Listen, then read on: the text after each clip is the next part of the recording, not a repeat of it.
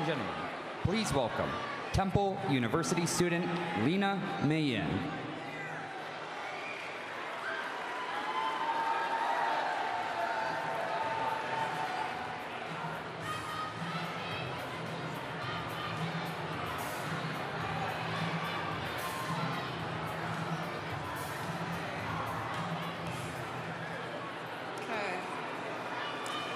Hello everybody, my name is Lena Mayan. Today I have the distinct honor of being here at the launch of Black Voters for Harris-Biden with our President and Vice President.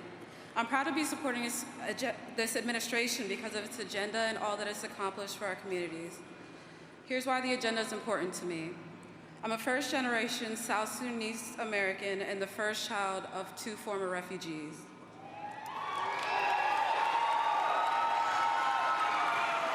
Thank you. I never anticipated being here. It's really surreal to be here. I'm also an out-of-state student at Temple University, so I understand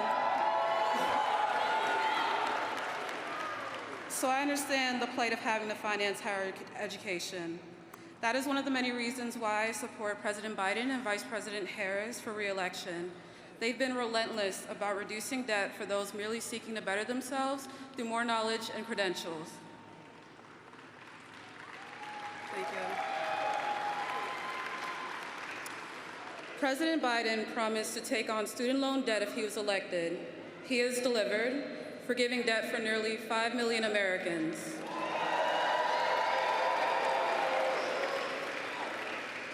My support for the Biden-Harris administration is based on his commitment to equity, expanding health care, providing student debt relief, and reforming immigration policies. My support for President Biden and Vice President Harris comes from the fact that they're fighting for people like me each and every day and those who look like me. They understand the power of the Black vote. The launch of Black Voters for Biden is significant because history has shown time and time again that unity fosters strength. Our voices determine our destiny. It's such a great honor to be here. I hope that all of you will join me in working to re-elect President Biden and Vice President Harris. If you text EMPOWER to 30330, you can join our coalition. Thank you so much.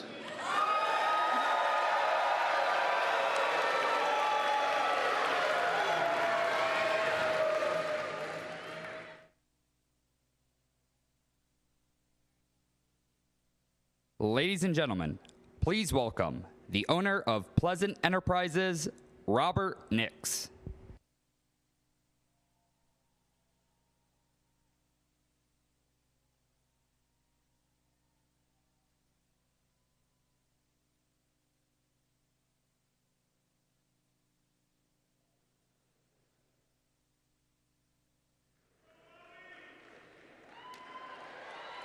Hey, Billy.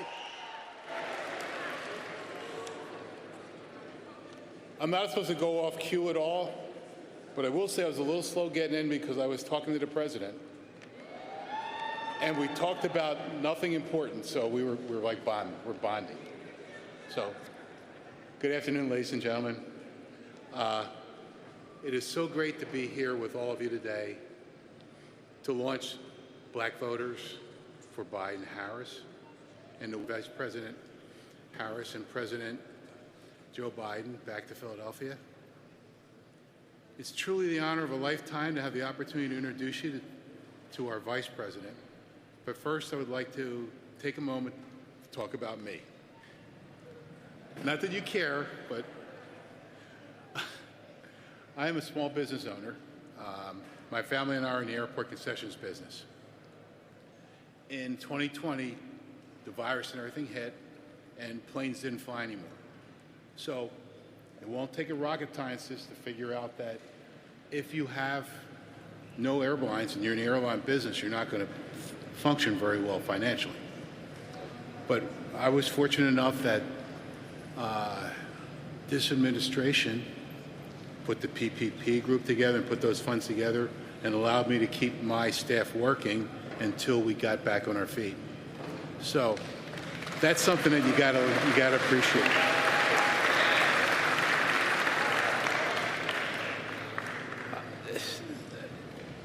If it weren't for the President Biden and Vice President Harris fighting for small businesses and guiding us through the pandemic after period times, we would have been all out of business, probably like a lot of people did. Fortunately, it wasn't me. That is why I support President Biden and Vice President Harris, because they have our backs. They've had our backs, our backs. They have our backs. They have our backs. They have our backs. And I know one thing, they'll always fight for small business, so I'll always fight for them. So if they need anything from me, I'm there. If they need anything if you guys are with me, then we're all with them. Well, I've spoken enough about myself. Now to get to what all you have been waiting for. It is my pleasure to introduce to you the first woman Vice President of the United States.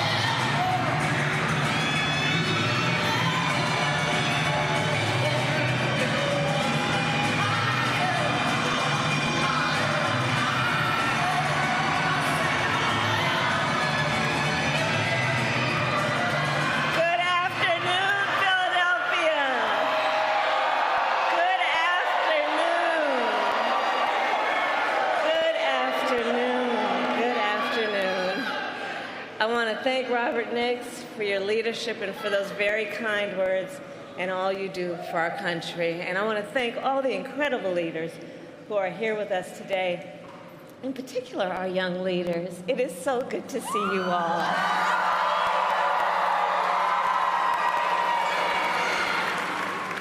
I also want to thank the members of the Congressional Black Caucus who are with us this afternoon.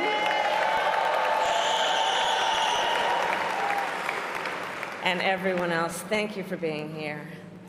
So in 2020, Black voters in Philadelphia and across our nation helped President Biden and me win the White House. Yes, you did. And in 2024, with your voice and your power, we will win again.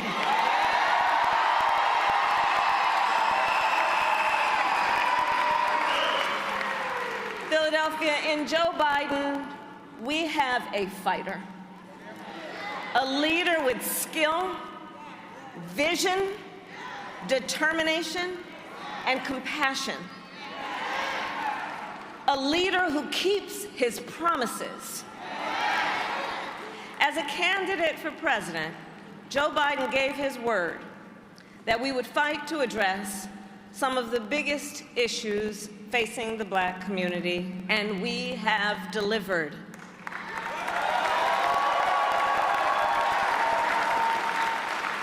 In 2020, Joe Biden and I vowed that we would lower the cost of health care like insulin. For far too many years, too many of our seniors with diabetes had to make the awful decision about either filling their prescription or paying their rent. And Black Americans are 60% more likely to be diagnosed with diabetes.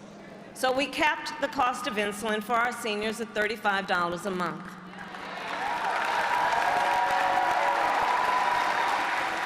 And under Joe Biden's leadership, finally, we took on Big Pharma and finally gave Medicare the power to negotiate drug prices.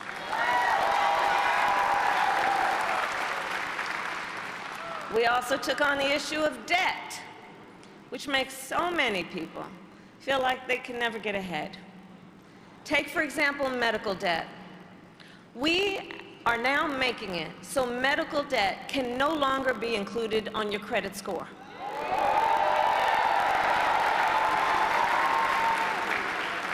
so that medical debt cannot impact a person's ability to get a car loan, an apartment lease, or a home loan.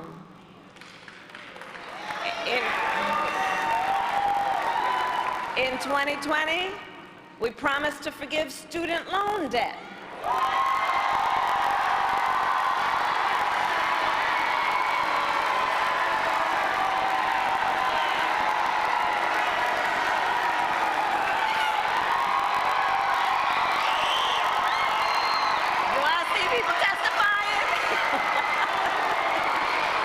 Can I get a witness? And I'll tell you, I have a unique position as Vice President to spend a lot of time with our President. And on this subject, I remember sitting in the Oval Office with our President, Joe Biden, shortly after the United States Supreme Court struck down our initial plan to forgive billions of dollars in student loan debt. A different leader, a different kind of leader, would have thrown in the towel. Not Joe Biden. Not Joe Biden. And I'm gonna tell you what he said that day. I'm gonna tell you what he said that day. This is not over. So we kept fighting. And so far, we have forgiven over $165 billion in student loan debt for over 5 million Americans. On average, more than $30,000 per person and $70,000 for our public servants like nurses, firefighters, and teachers. In 2020, we promised to take on the issue of the epidemic of gun violence, knowing that today in America, gun violence is the #1 cause of the death of the children of America. Not car accidents, not cancer, gun violence. We took on the issue knowing Black Americans are 10 times as likely to be the victim of gun homicide. And I'll tell you, I have personally held too many hands of mothers and fathers as I attempted to comfort them after their child was killed by gun violence. So to address this crisis, under the President's leadership, we passed the first major gun safety law in nearly 30 years. A bipartisan law to strengthen background checks. And again, I sat in the Oval Office with the President, where he sat down with Democrats and Republicans and appealed to their better selves. And that's why, for the first time in 30 years, it happened as a bipartisan deal. We created the first White House Office of Gun Violence Prevention, which I lead, and has now invested $1 billion to hire mental health counselors in public schools to help heal the mental trauma of gun violence. And Philadelphia, in all of our work, the President has been guided by a fundamental belief. We work for you, the American people, not the special interests, not the billionaires or the big corporations, but the people. And in November, all the victories we have won and everything we fight for every day is on the line. You know, Donald Trump once asked Black Americans, I'm going to quote, excuse the language, "What the hell do you have to lose from a Trump presidency?" And sadly, we all know too well, when he was president, Donald Trump tried over and over to get rid of the Affordable Care Act and to take health care then from millions of Black Americans. Year after year, he proposed cuts to Social Security and Medicare so that so many of our seniors would be deprived on what they rely on to live with dignity. And then he handpicked 3 members of the United States Supreme Court, the Court of Thurgood, with the intention that they would overturn Roe v. Wade, and as he intended, they did. And today, 1 in 3 women and more than half of Black women of reproductive age live in a state with an abortion ban, a Trump abortion ban. And if he wins a second term, I promise you he's going to go even further. So all of this is to say, who sits in the White House matters. It matters. It matters for the people of America and for people around the world. As Vice President, I've now met with over 150 world leaders, presidents, prime ministers, chancellors, and kings. And I cannot tell you how many times one of those leaders has pulled me aside and talked about how much the world relies on us and on Joe Biden's leadership. His defense of democracy, his commitment to the ideals of freedom and liberty and equality, and his willingness to fight for these ideals. And as the people of Pennsylvania know, our president does not only know how to fight, he knows how to win.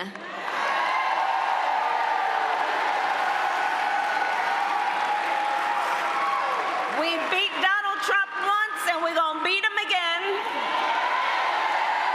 And now it is my honor to introduce our president, Joe Biden.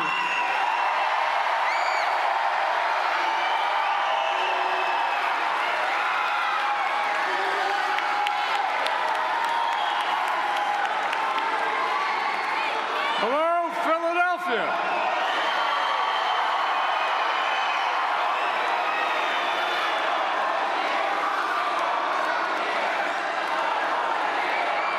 Thank you.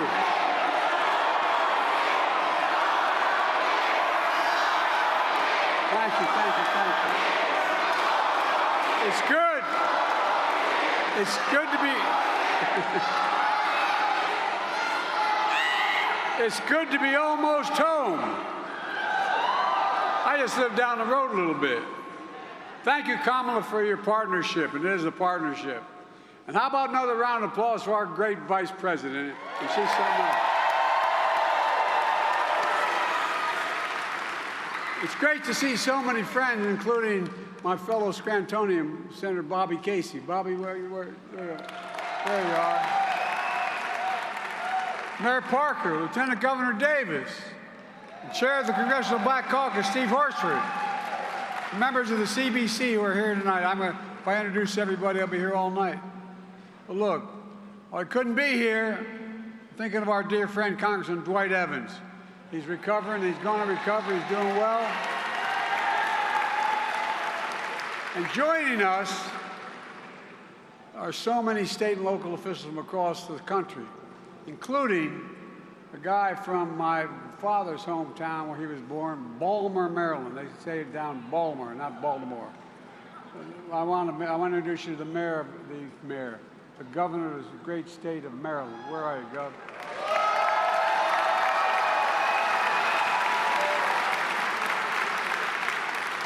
In case you haven't noticed, it looks like he can still play, too. It's great to be with you, Gov. Civil rights and community leaders from all across the country.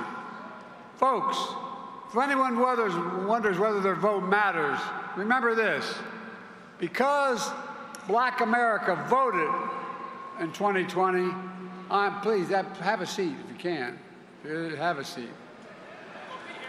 Because Black Americans voted, Kamala and I are President and Vice President of the United States because of you. That's not hyperbole. Because you voted, Donald Trump is defeated former president.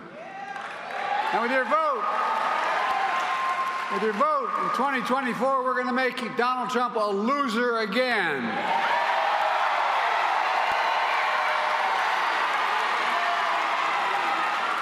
In 2020, throughout my career, and a lot of Philadelphians know this because I got so much help when I was running for the Senate in Delaware from Philly, Black voters placed enormous faith in me.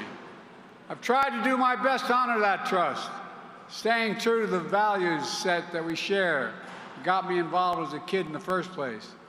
Everyone's entitled to be treated with dignity and respect.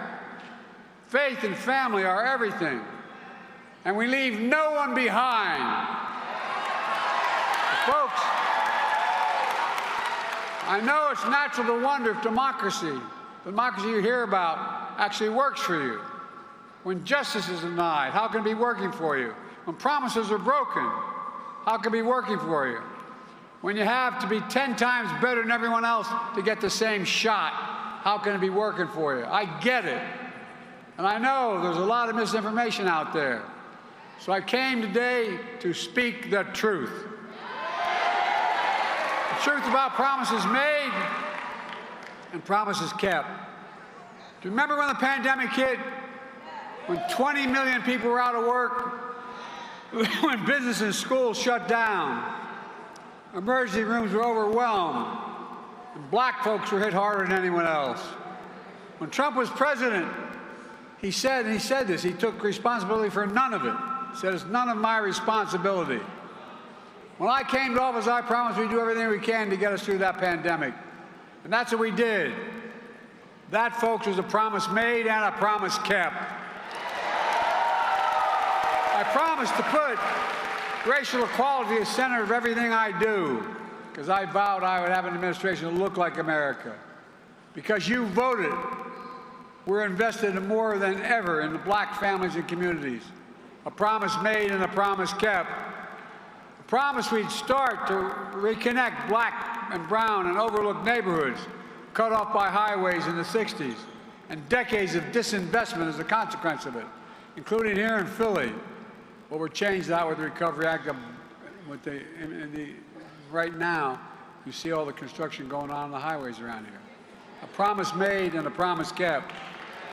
Look, I said I'd remove every lead pipe in America so every child can drink clean water without fear of brain damage. We're doing it. A promise made and a promise kept. I promised we'd also take the most significant action on environmental justice ever to remove the legacy of pollution that smothers fence-lined communities. Because every child, every American deserves to breathe clean and fresh air. We're doing it. A promise made and a promise kept. I promised to access affordable, high-speed internet, because now internet is just as important as it was in the days of Franklin Roosevelt. Electricity was generations ago. We're delivering now because no child should have to do their homework at McDonald's when things are shut down. Sit in the parking lot with their parent to get it done. Another promise made and another promise kept. I promised to protect your health care. I protected and expanded the Affordable Health Care Act that was Obamacare. It is still Obamacare. Saving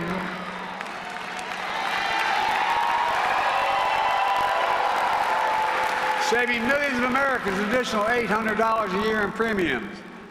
And folks, the Affordable Care Act is still a big deal. As Kamala just explained, senators debated this, but we finally got it done. We debated, seniors with diabetes are now paying $35 for instance instead of $400.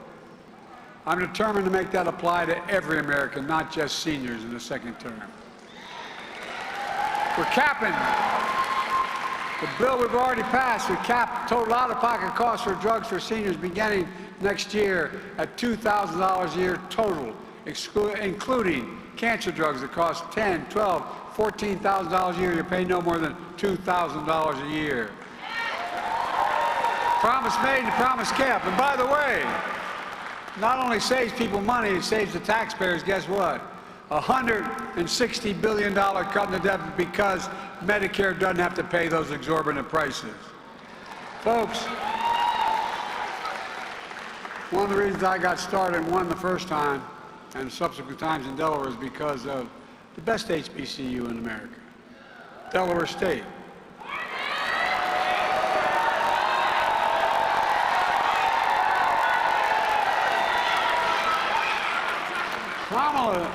Kamala says there's some school down in Washington. Anyway, HBCUs are incredible institutions, but they don't have the same endowments as other universities to fund research centers and do so much more. Because you voted, I kept my commitment. we're investing $16 billion, the most ever in the history of America. $16 billion. We'll grow America. We'll save America money. A promise made and a promise kept. I'm keeping my promises that no one should be in jail merely for using and possessing marijuana.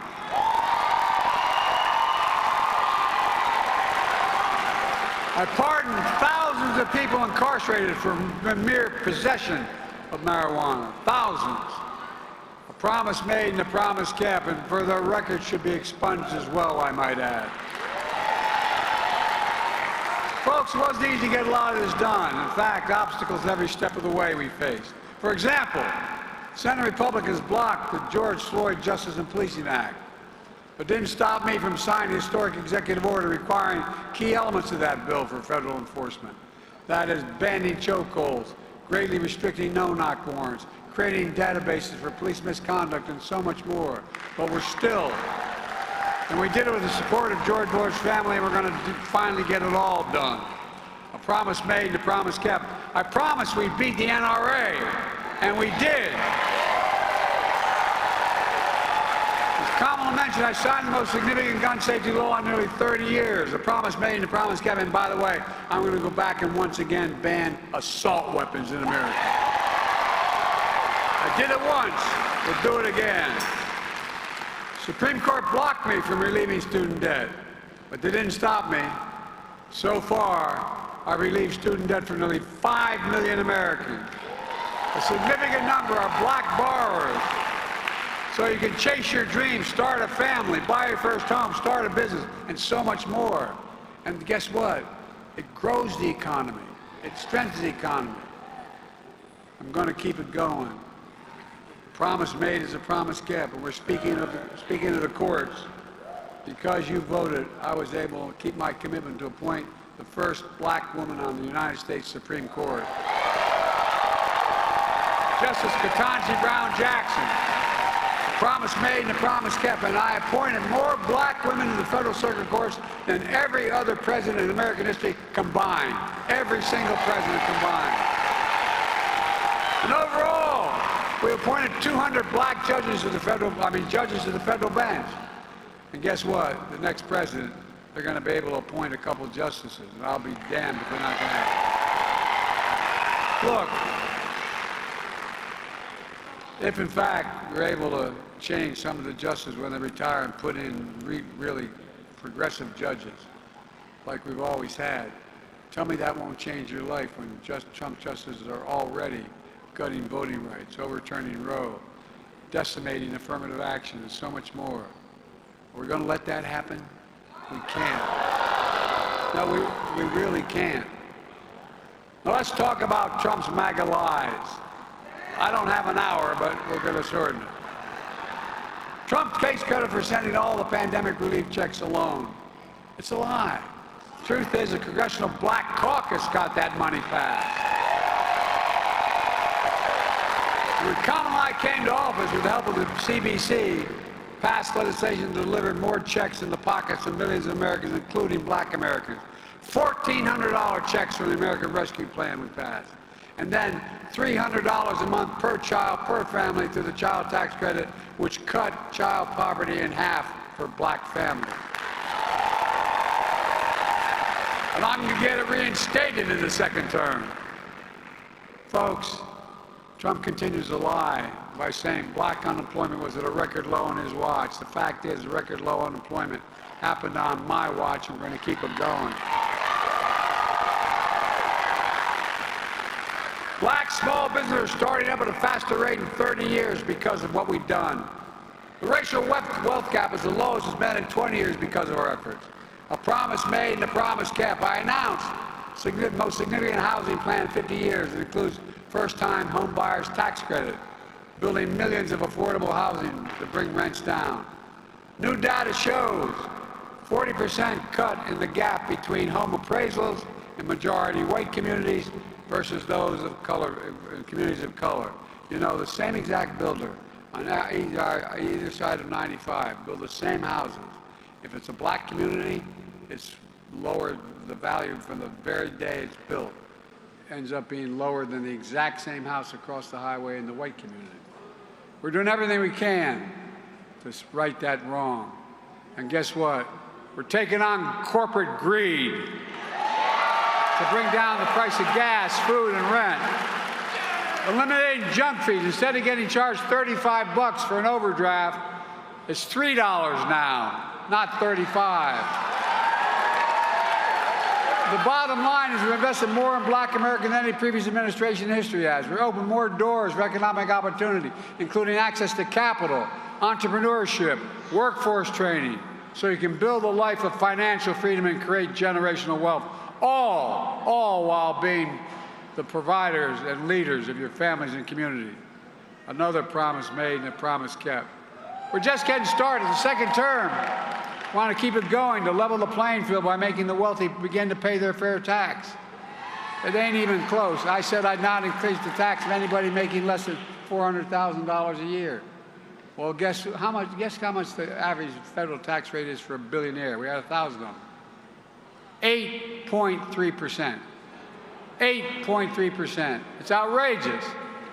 If the billionaires only had to pay 25% to raise $400 billion, we'd be able to do everything we're doing now and still reduce the debt.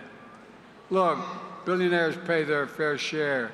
Not only reduce the deficit, but could provide child care, elder care, paid leave, and so much more to change the lives of millions of Americans, as well as grow our economy.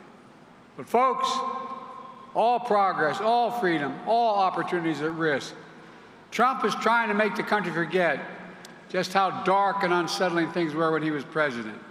But we'll never forget lying around and him lying around, actually. And lying about how serious the pandemic was and say he had no responsibility for it. And telling Americans, just inject a little bleach. Remember that? The way he's acting, I think he injected a hell of a lot of bleach in himself. Trump, you got it, kid. Trump and his MAGA extremists want to give power back to Big Pharma to continue to charge exorbitant fees. Trump is still determined, in his own words, quote, to terminate the Affordable Care Act, which would deny 3 million Black Americans health insurance, deny protections for pre-existing conditions for millions more. During his presidency, Trump enacted a $2 trillion tax cut, overwhelmingly benefiting the very wealthy and the biggest corporations, and exploded the federal deficit. He racked up more federal debt than any president did in any presidential term in history. Tell me about the Republicans and balancing budgets. And now he wants to do it again. At the same time, he's determined to cut Social Security and Medicare. I have a better idea. Let's protect Social Security and Medicare and make the very wealthy begin to pay for it. As Kamala said, Trump brags about gutting Roe v. Wade, standing there, I did this. Well, he openly encourages voter suppression and election subversion. Folks, re-elect Kamala and me and a Democratic Congress, and I will sign the John Lewis Voting Rights Act and the Freedom to Vote Act tomorrow. And we will make Roe v. Wade the law of the land again. It's within our power to do this. MAGA extremists ban books. Did you ever think, if you're anybody over 30 years old, you'd go through a period where we're banning books in America? They're trying to erase Black history. We're going to write Black history because it's American history. It's American history. Together we make history, not erase it. To me, the values of diversity, equality, inclusion are literally, and that's not kidding, the core strengths of America. That's why I'm proud to have the most diverse administration in history. It taps into the full talents of our country and starts at the top with the Vice President. On Memorial Day, I proudly stood with a Black man, the highest order, the first Black Secretary of Defense, second Black Chairman of the Joint Chiefs of Staff, Black women heads of military units, We're overseeing the most diverse, strongest fighting force in the history of the world. And folks, the threat that Trump poses is greater in his second term than his first. It's clear that when he lost in 2020, something literally snapped in the sky. No, I'm serious. That's why January 6th happened, when he unleashed an insurrection. Now, he's running again, and he's clearly unhinged. He calls insurrectionists who stormed the Capitol patriots. Patriots. If reelected, he wants to pardon, quote, every one of them. Let me ask you, what do you think he would have done on January 6th if black Americans had stormed it? Think about this. What do you think would have happened if black Americans had stormed the Capitol? I don't think he'd be talking about pardons. It's the same guy who wanted to tear gas you as you peacefully protested George Floyd's murder. The same guy who still calls the Central Park Five guilty, even though they were exonerated. He's that landlord who denies housing applications because of the color of your skin. He's that guy who won't say Black Lives Matter and invokes neo-Nazi Third Reich terms. We all remember Trump is the same guy who unleashed birthism, the birthism lie against Barack. And then Trump tells you he's the greatest president. I love this one. He says he's the greatest president for black people in the history of America, including more than Abraham Lincoln.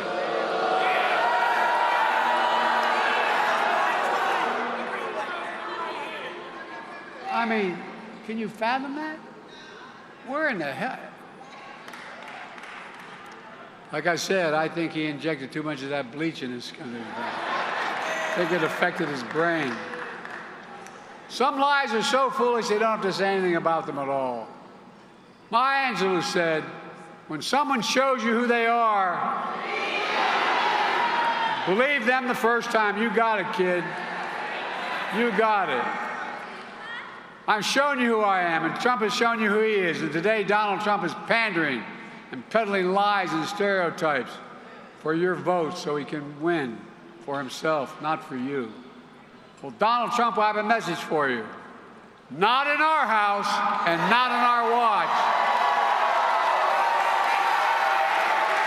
Let me close with this.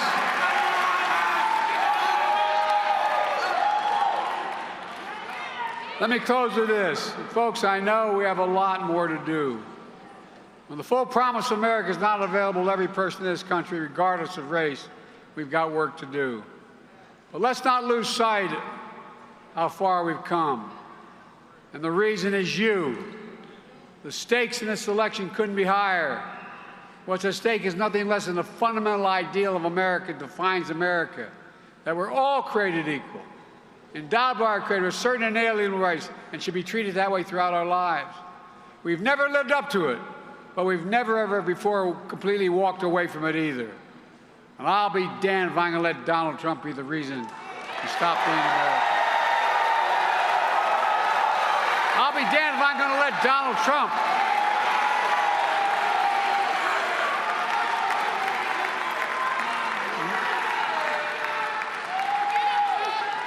I'm not going to let Donald Trump turn America into a place that doesn't believe in honesty, decency, and treating people with respect. And I'll be damned if I'm going to let Donald Trump turn America into a place filled with anger and resentment and hate. Folks, America has always been a place where we've worked toward more perfect union, where those who were excluded in the past are included in the promise of the country today. I still believe that. I'm still optimistic, but I need you. So my question for you is simple, a simple one. Are you with me?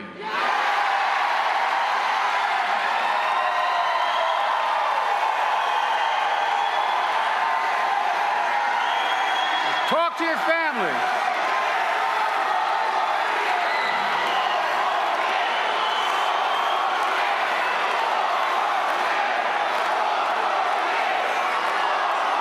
Spread the word.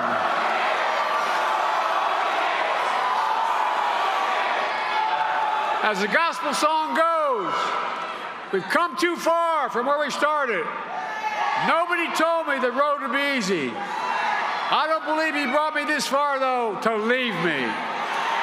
My fellow Americans, I don't think the good Lord brought us this far to leave us behind. We just have to remember who we are. We're the United States of America, and there's nothing beyond our capacity when we act together. God bless you all, and may God protect our troops. Thank you, thank you, thank you.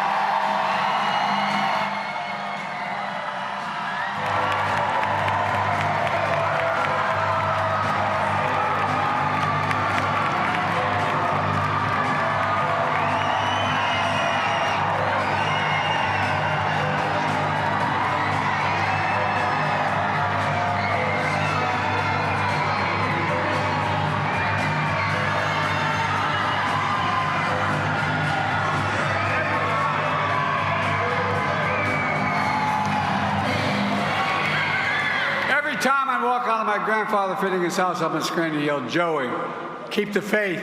And my grandmother yelled, "No, Joey, spread it. Go spread the faith."